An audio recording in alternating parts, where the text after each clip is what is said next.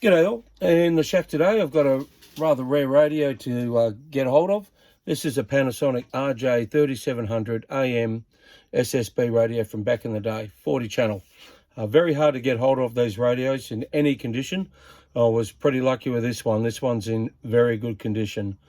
Still got the original meter light. I've been inside it, no golden screwdrivers or anything like that. So really happy to get this guy. 40 channel, as I said, AM SSB. Panasonic made these radios themselves. They weren't contracted out to another board manufacturer like Cybernet did, and also Uniden. And their point of difference with Panasonic being plays in the home theatre, stereo, car stereo industries, TVs later on, everything like that, held them in good stead for CB Radio communications. Okay, so I don't know a lot about these radios. All I say is that they've got a few different features that stood them apart from the other radios out there in the market. So we'll go through these. First of all, this is not a bad looking CB radio as such. Really good, easy to use, easy to read features, nice big meter, and some good controls over here, easy to use, and some good channel selector, mode switch, and clarifier. But we'll go through these quickly now. Okay, so the first thing of all is channel selector there to the right-hand side of the radio. And then, obviously, we've got mode switch and also clarifier. So the mode switch is here. So you've got AM upper side, lower side band. And also, this is the fine tune clarifier. I suppose you'd want to call it that, fine tune. We also got a coarse tune clarifier here as well. So that's pretty handy. Other features, the PA, squelch, volume, power, and also RF gain.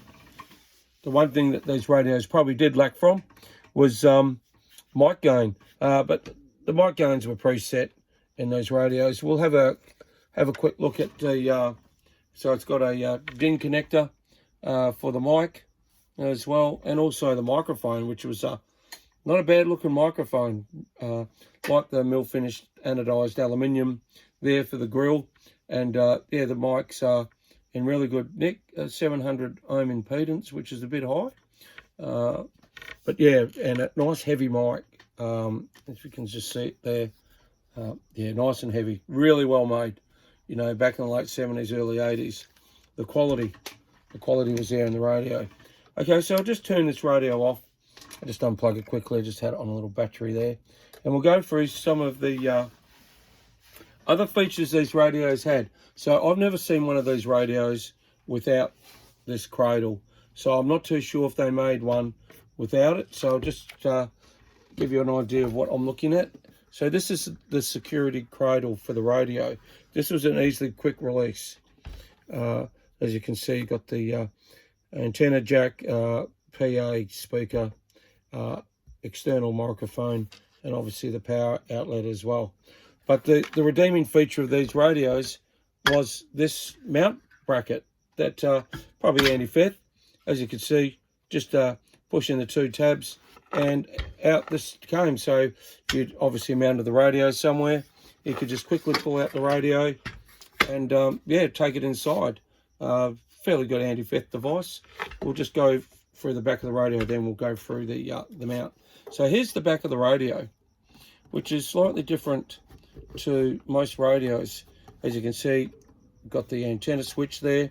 You've got two locators here and here for the bracket, and then you've got this series of electrical connectors along the back.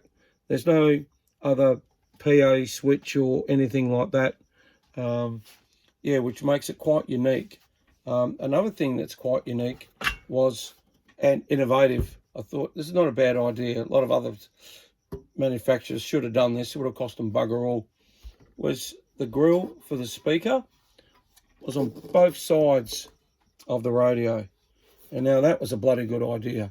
You know, depending on where you mounted it or anything like that, to have some sort of speaker outlet on both sides of the radio, that was a really good idea. Here's a quick look at the slide. There's a toggle there. You just release that each side there like that. I don't know if you can see that. That just pushes in. Yeah, and the radio would slide out. So there's another look at the side of the radio. And what else we got? So I'll just put that to one side for now. And then we'll have a look at the mount bracket, which was, yeah, different. So here's the mount bracket here.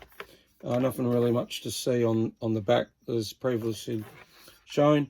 But it's on the front or the inside that, yeah, it gets rather interesting. So here's the antenna socket. This one probably just needs doing up a bit. You can see the spear inside the positive of the antenna socket, and there's the ground into the outside.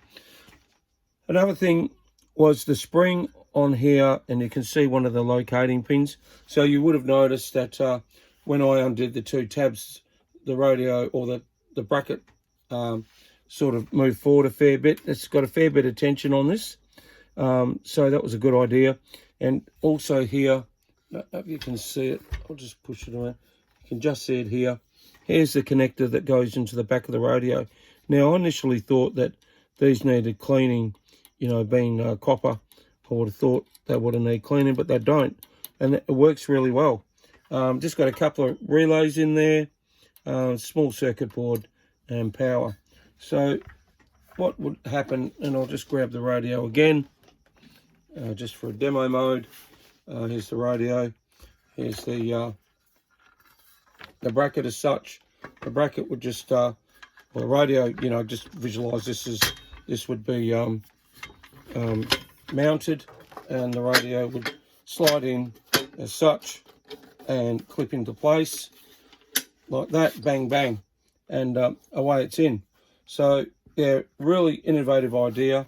And yeah, it's a pity a few other manufacturers didn't put that to use instead of those horrible aftermarket type anti-theft brackets that you got on a lot of radios. And, you know, and I'm sure you guys would have seen the covers with the 4 holes in it for the anti-theft brackets. So I suppose they served a purpose, but this one didn't.